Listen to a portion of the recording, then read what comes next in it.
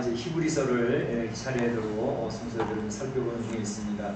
지난 시간에는 히브리서 8장을 살펴봤는데요. 더 좋은 언약이라는 제목을 정해놓고 살펴보았죠. 여러분 혹시 기억하실지 모르겠는데 그 세 가지 내용은 뭐였죠? 언약에 대한 개념을 설명을 드렸습니다. 그래서 언약이라는 히브리어 단어는 베리시라고 하는 단어를 쓰여서 그 뜻은 쪼갠다라는 뜻이 있다고 말씀을 드렸고, 그래서 서로 상호간에 약속한 것을 지키지 아니하면 이 재물이 쪼개어지는 것처럼 죽음을 당하게 될 것이다 라고 하는 내용이 언약이라는 단어 안에 포함되어 있다 말씀을 드렸습니다. 그래서 그 언약의 성경의 주제가 되는 언약 크게 세 가지가 있는데, 첫 번째는 무슨 언약? 행위 언약, 그리고 구속 언약, 그리고 은혜 언약. 그래서 이 세 가지 언약을 중심으로 해서 하나님께서 우리에게 구원을 베푸시는 내용을 설명을 드렸습니다. 그러면서 이제 8장에서 얘기할 때 두 번째 살펴볼 내용은 첫 언약, 옛 언약과 새 언약에 대한 그 차이는 뭐냐 도대체, 그것에 설명을 드렸는데, 첫 언약이라고 하는 것은 모세를 통하여 주어진 율법을 이야기했죠. 그래서 이 율법, 주어진 율법을 100% 완전히 지킬 수 있다면 그 율법으로 구원 얻을 자가 있겠죠. 그러나 문제는 그 율법을 지킬 수 있는 자가 인생은 한 명도 없었다는 이 문제가 생기는 것입니다. 그래서 그 율법에 의해서 진노 아래 놓이게 되어졌고 죽음에 처해지는 존재가 되어졌다라는 사실을 말씀을 드렸고, 그 죽음에 처해지고 진노 아래 놓여 있는 그 인생들을 하나님께서 이제 회복시키기 위해서 하셨던 일은 그 율법 가운데 중요한 속죄 제사를 집어넣으셔서 속죄 제사를 통해서 거룩하신 하나님이 나올 수 있는 방법을 하나님께 제시해 주셨다는 것을 말씀을 드렸습니다. 그래서 이제 새 언약은 바로 예수 그리스도로 말미암아 예수님의 죽으심과 부활, 그것을 믿는 자에게 구원을 열려지는 그러한 것이 새 언약이었다 이렇게 말씀드려서, 그 새 언약이 더 좋은 이유, 더 좋은 언약인 이유를 설명했던 것은 이런 모든 약속들은 대부분 상대적이고 서로 상호간에 지켜야 되는 내용이었지만, 이제 이 새 언약에 예수 그리스도 주신 언약은 바로 일방적인 하나님의 은혜에 의해서 체결된 언약이었다라는 것입니다. 그러니까 그 언약을 지킬 수 없는 인간의 한계를 하나님 아셨기 때문에 한 인간이 지키지 못하는 것을 하나님이 스스로 지키겠다. 그래서 십자가에서 죄 문제를 해결하시고 부활하신 역사를 통해서 하나님 율법의 요구를 온전히 이루심을 통해서 이것을 믿는 자에게는 이제 하나님의 자녀가 되는 축복을 주는, 그게 더 좋은 언약이죠. 이제 상호간이가 아니라 일방적으로 하나님의 은혜를 주어진 언약이기 때문에 절대로 실패를 할 수 없는 언약이었다. 그래서 더 좋은 언약이다. 그래서 우리는 예수 그리스도의 은혜로 구원받은 자가 되어졌고, 그것을 통해서 이제 하나님의 자녀로서 이제 더 성령의 능력을 덧입어서 하나님의 언약이 성취되어져가는 그러한 백성으로 세워졌기 때문에 더 좋은 언약을 우리는 누리고 있다라는 것을 말씀을 드렸습니다. 오늘은 히브리서 9장에 있는 내용을 살펴보는데, 오늘 9장 내용을 다 읽지는 않았지만 그 내용에 나와 있는 내용 중요한 것은 성소에 대한 내용을 설명을 하고 있습니다. 성소라는 게 무엇인가? 그 다음에 또 대제사장의 사역에 대해서 굉장히 자세하게 설명을 하고 있습니다. 그 대제사장에 대한 사역을 설명하면서 그렇다면 온전한 대제사장은 누구일까? 라는 것에 대해서 얘기하고 있습니다. 그래서 이 세 가지 내용입니다. 성소에 대해서, 대제사장의 사역에 대해서, 온전한 대제사장에 대해서 이런 내용을 살펴보면서 하나님을 나누기를 원합니다. 그래서 오늘 말씀의 제목은 대제사장이신 그리스도라는 제목을 정해놓고 살펴보게 되겠습니다. 먼저 성소에 대해서 살펴보겠는데요, 여러분이 잘 아시는 내용이에요. 출애굽기 25장 이후에 여러 장을 통해서 성소 지을 그 설계도를 하나님께서 모세에게 보여주시죠. 그래서 그 성소의 설계도를 보면서 이제 모세가 그 성소, 성막을 짓는 내용이 이제 잘 나오고 있죠. 그 성막의 그림을 여러분 생각을 하시면, 성막은 해가 뜨는 동쪽이 정문입니다. 그래서 동쪽에서 들어가서 서쪽을 향하여 이렇게 방향이 잡혀 있는 그런 성막이죠. 그래서 성막 뜰에는 번제단과 물두멍이 있습니다. 그래서 이 번제단에서는 이제 짐승을 가지고 와서 짐승을 각을 두고 피는 따로 모아서 피 뿌리게 준비를 하고, 그 각든 짐승은 번제단에서 태워서 향기로 하나님께 올리고, 그리고 이제 물두멍 앞에 서게 되는데, 물두멍 앞에는 제사장이 그 짐승을 잡으면서 피가 여기저기 튀지 않았겠습니까? 얼굴에도 묻어 있을 것이고 손에도 그렇고 그 피로 범벅된 손을 그 물두멍에서 이제 그 물두멍 안에서 자기 얼굴을 보면서 피 묻은 것을 닦고 손을 닦고, 그래서 정결케 한 후에는 이제 성소에 들어가게 되는 준비가 다 된 거죠. 성소에 들어가게 되는데, 성소는 말씀드린 것처럼 성소와 지성소로 나뉘어져 있죠. 그래서 성소를 이제 문을 열고 지성소로 딱 들어가면 오른쪽 편에는 상이 있습니다. 떡상이 있는데, 떡상에는 12개의 떡이 늘 진열되어 있는 진설병이라고 그러죠. 12개의 떡이 늘 진설되어져 있고, 또 왼편에는 등잔대가 있습니다. 그래서 7촛대가 있는 등잔대에서 불이 비춰져 있고, 그 성막의 특징은 창문이 없습니다. 그런데 등잔대에 불빛으로 말미암아 이제 금으로 휘싼 그런 것들이 쭉 있기 때문에 그 안에가 전혀 어둡지 않고 휘황찬란한 참으로 영광스러운 성소가 유지가 되는 것이죠. 그리고 또 이제 지성소 들어가기 바로 직전에는 휘장으로 이제 성소와 지성소가 나뉘어져 있는데, 그 휘장 앞에는 바로 분향단이 있어서 분향을 올리는 그런 제단이 있습니다. 그 다음에 이제 이 성소까지는 제사장이 날마다 들어와서 그 사역들을 합니다. 그런데 지성소 안에는 대제사장만 들어갈 수 있습니다. 그것도 정해진 1년에 한 번, 대속죄일에 딱 한 번 들어가서 이제 지성소에 들어가서 이제 피를 뿌리고 백성을 피를 뿌리며 이제 사역을 감당하게 되는데, 그 지성소 안에는 뭐가 있다 그랬죠? 언약궤, 법궤가 있습니다. 법궤가 있어서 여러분 잘 아시는 것처럼 법궤 안에는 뭐가 있어요? 만나의 항아리. 오늘 성경에서 설명하고 있습니다. 금항아리, 만나가 담겨있는 금항아리가 있다라고 얘기를 하고 있고, 또 모세와 닿았던 돌비, 비석이 있고, 그리고 아론의 쌍난 지팡이 있고, 그리고 언약궤의 뚜껑에 바로 속죄서라고 불리는 것이 있습니다. 그러니까 언약궤 뚜껑이랑 치수가 똑같아요. 그러니까 그룹이 서로 마주보면서 있는데, 그 속죄서라고 하는 것은 언약궤의 핵심은 하나님의 임재의 핵심이거든요. 그래서 하나님의 임재, 그 안을만 들여다보면 죽는 거예요. 모두가 죽기 때문에, 이 인간은 모두 죄인이기 때문에 언약궤를 들여다본다지 하면 그 바로 죽기 때문에 그걸 가리기 위해 뚜껑으로서 속죄소가 있습니다. 그룹이 서로 마주보고 있죠. 그럼에도 불구하고 이 언약궤 앞에는 굉장히 조심해야 되는 게, 오늘 보게 되면 우리는 이렇게만 알고 있는데, 오늘 히브리서 이 9장에는 그 지성소 안에 금향로가 있다 이렇게 얘기를 하고 있습니다. 그렇죠? 4절을 보게 되면 금향로와 사면에 금으로 싼 언약궤가 있고 그러면서 이 설명을 하는데, 지성소 안에는 금향로가 없거든요. 근데 오늘 히브리서 금향로가 있다 이렇게 설명을 하고 있는데, 이 금향로는 뭘까요? 이 금향로는 바로 대제사장이 대속죄일에 지성소 안에 들어갈 때에 금향로를 가져 들어갑니다. 그래서 향 연기를 통해서 향이 궤에 피어오르도록 하면서 들어가는데, 그 이유는 뭐냐면 바로 언약궤에 잘못 접근했다가는 죽음을 당하기 때문에 그 향을 피워서 향이 가득한 가운데 언약궤와 그 속죄소 위에 이 향이 쫙 피워짐으로 말미암아 대제사장의 하나님의 임재를 정면으로 내가지고 죽임당함을 피하기 원해서 금향로에서 향을 피우면서 향의 연기를 통해서 향을 쫙 피우면서 그 안에 들어가게 되는 거죠. 실제적으로 대제사장도 이 언약궤에서 잘못 사역하다가 죽을 수 있다라고 하는 그런 두려움이 늘 있었기 때문에 대제사장이 지성소에 들어갈 때는 발 한쪽에 끈을 묶습니다. 끈을 묶어서 그 끈을 성소까지 쭉 연결을 해 놓습니다. 왜냐하면 대제사장이 들어가다 사역하다가 죽어버리면 성소에서 끈을 잡아당겨서 끌어내야 되기 때문에, 들어가서 끌어낼 수가 없으니까, 그래서 끈을 묶어가지고 대제사장이 들어가서 그 사역을 감당하는 거죠. 그래서 여기서 금향로가 있다고 하는데, 금향로는 대제사장이 속죄사역을 위해서 들어갈 때에 가져올 향연을 피우는 그것을 금향로가 있다라고 이렇게 표현하는 것입니다.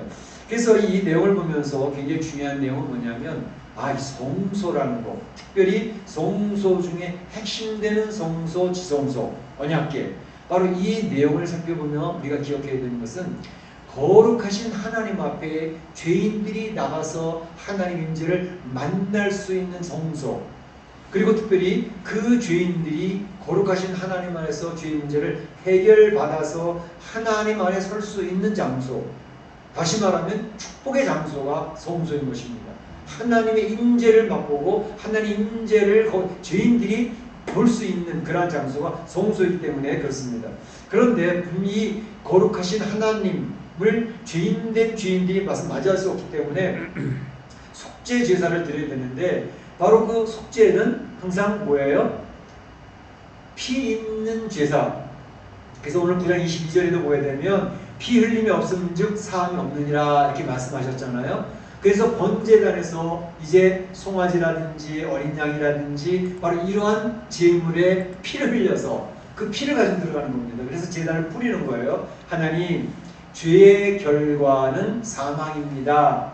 그래서 인간의 죄를 범했기 때문에 그 결과로 피를 보게 되었습니다. 사망이 하나님이 이야기하신 공의, 죄의 싹은 사망, 죽음이라고 하는 것을 하나님 앞에 선포함으로써 죄의 값을 치렀습니다. 그래서 피를 뿌리는 거예요. 사망이 이루어졌습니다. 죄 때문에. 그래서 피 흘림이 없으면 사함이 없다라고 그 말씀이 이루어지게 되는 것이죠. 그래서 이러한 속죄의 성소 속죄 장소에서 피를 뿌림으로 죄인이 거룩하신 하나님 앞에 설 수 있게 되어졌다는 것을 계시하는 굉장히 중요한 내용이죠. 그런데 이것은 이미 사실 창세기에서도 보여주지 않았습니까? 창세기 보여줬던 원복음이 있는데 거기서 상징적으로 보여줬던 게 뭐예요? 아담과 하와가 죄를 범했을 때에 그 아담과 하와의 죄를 가려주기 위해서 했던 일. 맨 처음에는 나뭇잎으로 그 벌거벗은 몸, 죄가 들어오기 전에 서로 벌거벗은 부부였지만 창피할 줄 몰랐어요. 수치를 몰랐어요. 그런데 죄를 딱 범하고 나서 선악을 먹고 나니까 금세 수치를 느끼기 시작했어요. 죄의 범한 존재라는 것을 알면서 그 수치스러운 벌거벗은 몸을 가리기 위해서 나뭇잎을 계속 가려봐도 하루만 지나면 바짝 말라가지고 부스러져 버리는 거죠. 그 죄를 가릴 수가 없었어요. 아무리 애를 써도. 하나님께서 짐승을 잡아서 가죽옷을 만들어서 그 가죽옷으로 아담과 하와를 입혀주는 거죠. 그러니까 아담과 하와의 죄에 범한 그것을 가리기 위해서 애꿎은 짐승 하나가 죽어 피를 흘려서 바로 가죽옷이 만들어졌다는 것을 보여주는 거 아닙니까? 이러한 계시의 내용이 창세기 있었는데 그것이 이제는 출애굽기 와서 모세를 통해서 죄 해결받는 것을 제도화시킨 것입니다. 그게 율법입니다. 그 핵심은 속죄제입니다. 그러니까 바로 이러한 것은 하나님께서 우리 인생에게 죄된 인간이 거룩하신 하나님 앞에 나아가는 길을 열어주시는 그런 중요한 계시를 바로 이 성소를 통해서 보여주시는 것이었다. 우리 하나님 얼마나 좋으신 분입니까? 죄는 우리가 졌는데 그 죄의 문제를 해결하기 위해서 길을 열어주시는 참 좋으신 하나님. 할렐루야. 할렐루야. 바로 그 하나님을 우리가 믿고 주님 앞에 나갈 수가 있게 되어진 것입니다. 그러면 이 속죄제, 제사, 여러 제사 가운데 그 제사를 주관하는 사역을 제사장이 감당을 합니다. 제사장이 감당하는, 특별히 대제사장이 감당하는 사역에 대해서 오늘 히브리서 9장에서 설명을 하고 있는데, 이제 성소까지는 말씀드린 대로 제사장이 매일매일 들어가서 사역을 합니다. 떡을 갈아놓고 등잔 불을 하고 분향을 피우고 하면서 그 성소 안에서 사역을 계속하는데 1년에 딱 한 차례 대속죄일에만 대제사장이 바로 지성소의 휘장을 열고 들어가서 사역을 하게 되는 것입니다. 그곳에서 백성들을 위하여 피 뿌리는 사역을 하게 되는 것입니다. 그러니까 대제사장의 사역은 거룩하신 하나님 앞에 죄 지은 인간, 죄된 백성들을 하나님 앞으로 인도하는 그런 중보 사역을 감당하는 게 대제사장 사역의 굉장히 중요한 일이었습니다. 그래서 이러한 속죄 제사를 통해서 죄인들을 거룩하신 하나님 앞에 중매하고 중재하고 하는 중보 역할을 대제사장이 하게 된 것이죠. 오늘 이 히브리서를 얘기할 때 항상 백그라운드, 배경을 잘 기억하실 필요가 있는데, 히브리서 생각할 때 히브리서를 받는 수신자를 기억하라고 제가 말씀을 드렸죠. 히브리서를 받는 수신자들이 누구라고요?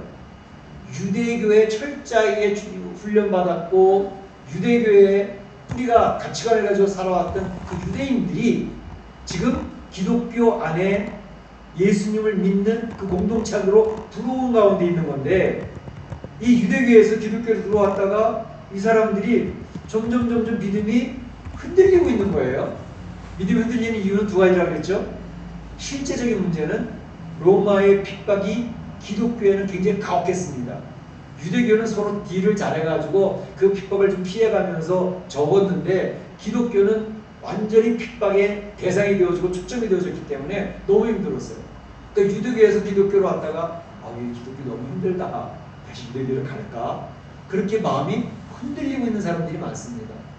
이 마지막 때에도 바로 예수 믿으면 너무 고통스럽고 힘들고 어렵기 때문에 당장 먹고 사는 게 힘들어지는 시간이 옵니다. 그리고 고문을 당해야 되고, 문제는 남은 고문 당해서 힘든 게 괜찮은데 내 자녀들이 내 앞에서 고문당하는 모습을 보고 손을 번쩍 항복하는 교인들이 굉장히 많아집니다. 그러니까 이러한 어려운 것 때문에, 이런 핍박과 고난과 환난 때문에 신앙을 포기하고 당장 현실에 살기 위해서 믿음을 저버리는 그러한 사람들이 많이 생길 것이라는 것을 성경은 계속해서 얘기하고 있는 것입니다. 그런데 바로 유대인들이 지금 이런 핍박이 너무 심해지니까 기독교보다 유대교로 다시 가는 게 좋을 것 같기도 해. 이런 혼돈이 오는 거죠. 또 한 가지는 그들이 믿고 있는 예수 그리스도에 대한 확신이 흔들리고 있는 겁니다. 예수님을 통해 예수님의 메시아인가?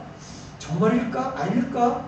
지금도 이 이스라엘에서 유대인들은 예수 그리스도가 메시아인지 아닌지 거기서 혼돈 가운데서 지금 어떤 사람은 믿고 어떤 사람은 안 믿는 주의식 크리스찬들이 많이 있긴 있어요. 이제 그런 가운데 있는 거예요. 히브리서를 받고 있는 사람들이 지금 그 중간에서 이리로 갈까 저리 갈까 혼돈하고 믿음이 흔들리는 가운데 있는 사람들이 말이죠. 그때의 히브리서를 기록한 이분은 그 유대인들을 향해서, 자, 너희들이 확신을 갖고 있는 제사제도, 성소제도, 대제사장 제도에 대해서 설명을 해줄게 라고 좀 설명하고 있는 내용입니다. 그 대제사장이라는 존재가 이런 존재라는 거 있지? 히브리서 수신자들은 맞아, 대제사장은 모세의 율법을 행하면서 우리 죄를 해결해주는 그분 맞아, 거기까지는 아멘으로 받아들입니다. 그러면 이 대제사장 제도가 완전한 것이었는가 하는 것을 히브리서 기자가 지금 설명하고 있는 것입니다. 대제사장의 중보 사역을 통해서 우리의 죄를 해결하는 그 일을 계속 감당했지만 그 대제사장은 완전하지 않았다라는 것을 얘기하는 것입니다. 완전하지 않았다.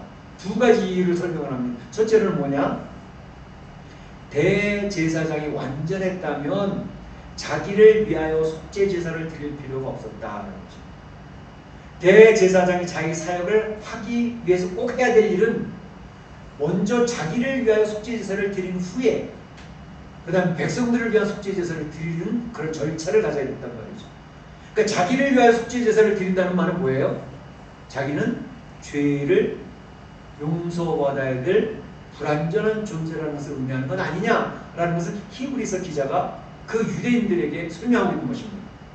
두 번째 내용은, 만약에 그 대제사장이 완전한 사람이었다면, 온전한 대제사장이었다면 무슨 1년에 한 번씩 꼭 들어가서 백성을 위해서 속죄를 한다고 그래? 그걸 몇 년 할 거야? 몇십 년 할 거야? 계속 반복되어지는 대제사장의 속죄 사역은 온전한 것이 아니었기 때문에 반복되어지는 속죄 사역이었다라는 것을 히브리서 기자가 집어내는 것입니다. 유대인들이 그 설명하는 것입니다. 너희들 대제사장 제도, 율법 제도에 대해서 완전한 것이라고 생각하고 있지? 그리고 그거에 지금 되어 있지? 이제 그 유대교에서 내가 벗어나야 돼 라는 걸 설명하면서 대제사장 제도의 지금까지 했던 제사장 제도는 완전한 것이 아니었다는 것을 제시하고 있는 내용입니다. 그래서 여기 설명하는 내용이 뭐냐면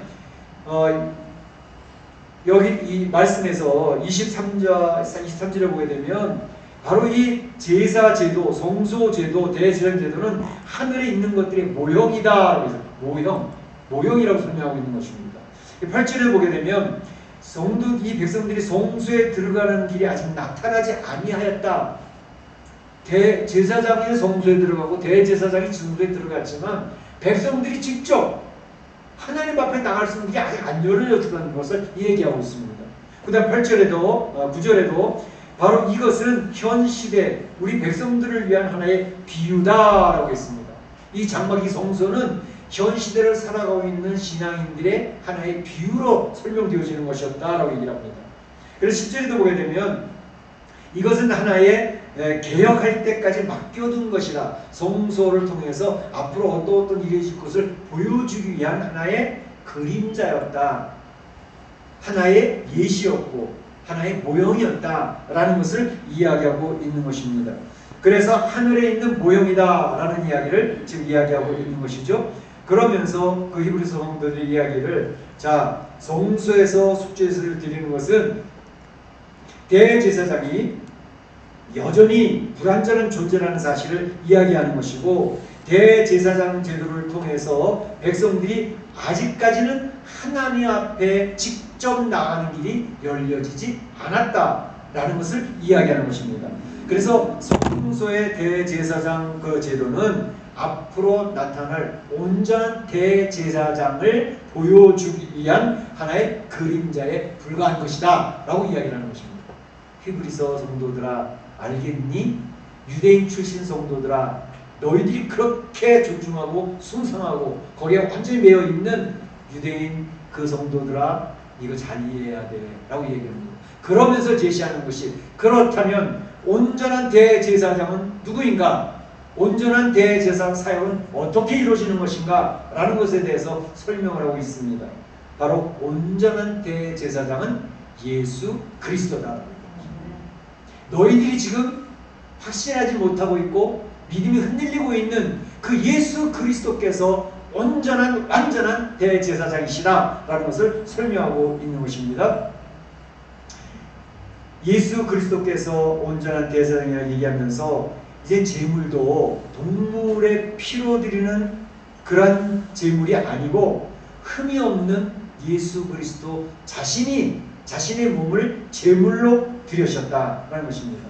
이제 동물의 피가 아니라 흠이 없는 자신의 피, 보혈로 제물로 드리셨다라는 것을 이야기하는 것입니다. 뿐만 아니라 구약 성소에서 반복되어지는 속죄제사, 대제사장이 1년에 한 번씩, 제사장은 매일매일 반복하는 그 제사가 더 이상 필요 없게 되어졌다. 어떻게?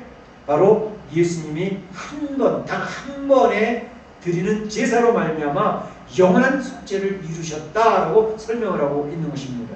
그래서 그 11절 12절에 나오면서 그리스도께서 대제사장으로 오사, 구약에 있던 대제사장 말고 신약에서 새 언약의 대제사장으로 오셨다라고 이야기를 하는 것이죠. 그래서 오직 자기 피로 영원한 속죄를 이루사 단번에 성소에 들어가셨느니라 라고 얘기했습니다. 그것에 대한 증명을 보여주고 있죠. 어떻게 증명이 됐을까요? 어떻게 성소, 지성소로 바로 들어갈 수 있는 길이 열렸다는 것을 증명하셨죠. 마태복음 27장 50절 52절에 보게 되면 예수님이 십자가에서 돌아가시는 순간, 그 예수께서 영원히 떠나가시니라 라고 해서 운명하시는 순간 어떤 일이 벌어졌어요? 예루살렘에 있던 성소에 지성소와 성소를 가르고 있던 그 휘장이 위로부터 아래까지 쫙 찢어지면서 그 지성소를 못 들어가게 막았던, 대제사장이 1년에 한 번씩 들어가는 것, 그것도 죽을지도 몰라 겁나면서 들어갔던 그 지성소의 휘장이 쫙 열려지게 되었다는 것입니다. 그것에 대해서 바로 히브리서 기자는 이렇게 주석을 붙이고 있습니다. 10장 20절에 그 길은, 예수님 그 휘장을 열어놓으신 그 길은 우리를 위하여 휘장 가운데로 열어놓으신 새롭고 산 길이요, 그 휘장은 곧 예수 그리스도의 육체니라 이렇게 얘기했습니다. 예수 그리스도의 육체가 찢어짐으로, 피를 흘리고 죽으신 그 육체의 찢어짐으로 말미암아 지성소를 가리고 있던 휘장이 찢어지게 된 것이다. 그 휘장이 찢어지니까 이제 제사장, 대제사장만 들어가는 게 아니라 백성들이 직접 거룩하신 하나님 앞에 나아가는 길이 열렸다라는 것을 이야기하면서 증명을 하고 계시는 것입니다. 그래서 예수님께서 히브리서 기자가 이야기하는 것은 예수 그리스도는 흠이 없는 대제사장이시다라는 것을 얘기하고 있습니다. 완전한 제사장, 구약에서 그렇게 암시하고 모형을 보여주고 계시하던 그 제사장이 바로 예수 그리스도였다. 히브리서 유대인들 알겠어? 얘기하는 것입니다. 두 번째로 예수님이 드린 제사는 대제사장이나 제사장이 매일같이 대제사장이 1년에 한 번씩 반복해서 드리는 그런 제사가 아니라 한 번에 단번에 드리는 제사였다라는 것을 이야기하고 있습니다. 오늘 9장에 보게 되면 단번에라는 말이 계속 반복되고 있습니다. 12절에도 속죄 영원한 속죄를 이루사 단번에 성소에 들어가셨느니라 이렇게 이야기를 하고 있고, 또 26절에도 단번에 제물로 드려 자기를 단번에 제물로 드려 죄를 없이 하셨다 이렇게 있습니다. 그리고 또 28절에도 바로 죄를 담당하시려고 단번에 드리신 바 되었고, 단번에를 계속 히브리서 기자가 강조하고 있는 거예요. 예수님의 속죄 제사는 반복되는 제사예요? 단번의 제사예요? 단번의 제사입니다. 반복되는 제사가 아닙니다. 그렇기 때문에 예수 그리스도의 대제사장 사역은 완전한 대제사장의 사역이었다라는 것을 이야기하고 있는 것입니다. 그런데 이거 바로 이 예수님의 그 사역은 온전한 중보 사역이죠. 그래서 디모데전서 2장 5절에 보게 되면 하나님과 사람 사이의 중보자도 한 분이시니, 하나님과 사람 사이의 중보자가 한 분이래요. 누구냐? 곧 그리스도 예수라. 디모데전서 2장 5절에 나와 있어요. 하나님, 거룩하신 하나님과 죄 있는 인간의 중보자가 누구시냐? 예수 그리스도밖에 없다라고 얘기하는 것입니다. 마리아가 중보자가 아닙니다. 천주교에서 얘기하는 마리아 중보 통해가지고 성인들의 중보를 통해가지고 나간다는 잘못된 것입니다. 그리고 이제 예수님의 그 중보 사역은 이 구약에서 얘기했던 이 성소를 통해서 중보 사역을 보여주셨는데, 이것은 현재도 예수님이 중보 사역을 이루고 계시다. 어디서? 모형 그림자고 모형이었던 성소, 참 본체인 하나님 나라의 성소가 있습니다. 하나님 보좌 앞에서 예수님이 우리를 위하여 중보 사역을 하고 계시다는 것입니다. 바로 여기 히브리서 7장 25절에 보게 되면 항상 살아계셔서 하나님 앞에서 간구하심이라 그랬어요. 예수님이 우리 성도들을 위해서 하나님 앞에서 지금 중보 기도를 하고 계시는 줄 믿으시기를 바랍니다. 중보 사역을 지금 본체, 이 성소의 본체인 하나님 나라에서 우리 죄인들이 하나님 앞에 나갈 수 있도록 계속 중보를 하고 계신 거예요. 할렐루야. 이게 얼마나 소중한 건지 모릅니다. 여러분 지금 코로나 때문에 두렵고 떨고 있잖아요. 예수님이 우리를 위해서 기도하고 계시다니까. 하나님, 멕시코 한인 장로교 성도들이 지금 오미크론이 퍼진다고 굉장히 두렵고 떨면서 움츠러들고 있어요. 하나님, 저들이 담대하게 해주세요. 예수님이 기도하고 계시다니까 지금. 하나님, 멕시코 한인 장로교 성도들이 조그만 장소에 모여서 이렇게 서로 자리 띄우고 참 이렇게 예배드리고 있는데 제일 성전 열어달라고 열심히 기도하고 있네요. 하나님, 제일 성전 열어주세요. 예수님이 우리를 위하여 기도하시는 줄 믿으시길 바랍니다. 하나님, 우리 성도들이 이 팬데믹 상황 가운데서 경제적인 생활이 어려워서 쩔쩔매고 있어요. 자녀들을 위해서 기도하고 있어요. 그 부모님의 구원을 위해서 기도하고 있어요. 하나님, 저들의 눈물 어린 기도를 응답해 주세요. 지금 예수님이 우리를 위해서 중보 사역을 하고 계시다니까요. 하늘나라 성소에서, 본체인 하나님 나라 장막에서. 할렐루야. 그래서 우리 성도들이 이 세상을 이겨내는 것입니다. 그래서 우리 성도들은 이 눈에 보이지 않지만 이 하나님 나라에 가서 소망을 누리며 살 존재라는 것을 이야기하고 있는 것입니다. 오늘 이 마지막 절, 9장 마지막 절에 그런 얘기를 하고 있습니다. 이와 같이 그리스도도 많은 사람의 죄를 담당하시려고 단번에 되신 바 되었고 구원에 이르게 하기 위하여 죄와 상관없이 자기를 바라는 자들에게 두 번째 나타나시리라. 자기를 바라는 자들에게, 예수님이 나타나기를 바라는 자들에게 두 번째 나타나시리라. 할렐루야. 중보 사역을 하고 계신 예수님이 두 번째 우리 성도에 나타나신대요. 어떤 성도들에게? 예수님이 오시기를 고대하며 기다리고 찬양하고 예배드리는 그 성도들에게 부활하신 주님이 나타나신다는 것입니다. 이 세상 마지막 날, 이 세상 심판 때에 이 사람이 한 번 주는 것은 정해진 것이요, 그 다음에 심판이 있으리니 오늘 나와 있잖아요. 이 글에 그 사람이 한 번 죽는 것은 정해진 거예요. 이 세상에 어머니 태에서 나와서 인생은 한 번 반드시 죽어, 우리 죄의 결과로. 그런데 두 번째는 심판이 있는데 예수님 믿는 성도들은 그 심판에서 넘어가는, 예수님의 부활을 맛보게 되어지는, 아니 오히려 주님 안에서 힘들고 어려울 때에 하나님 앞에 엎드리고 하나님을 의지하고 나갔던 분들에게 면류관을 주시는 상급을 준비하여 예수님이 기다리고 계시다는 사실입니다. 사도 바울이 이걸 믿었기 때문에 이 의의 면류관을 저에게 주실 것을 내가 확신하는데 저에게만 아니라 주님을 바라보고 인내함이 이 세상에서 승리하는 그 백성들에게도 동일하게 주실 것이니라라고 선언하고 있는 것입니다. 여러분, 이 코로나 오미크론 때문에 지금 많이 치료되고 있지요? 겁내지 마세요. 겁내지 마세요. 우리 성도들은요, 죽음의 문제를 해결받은 사람들입니다. 죽음이 그렇게 두렵습니까?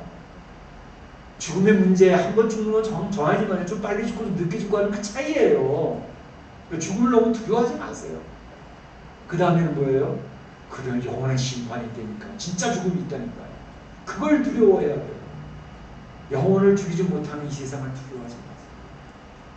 이제 우리는 하나님 나라에 의해 면류관을 받을 자로서 이 세상에 지금 준비되고 있는 사람들입니다. 여러분 여기 있는 한 사람 한 사람이 얼마나 소중한 존재인지 아세요?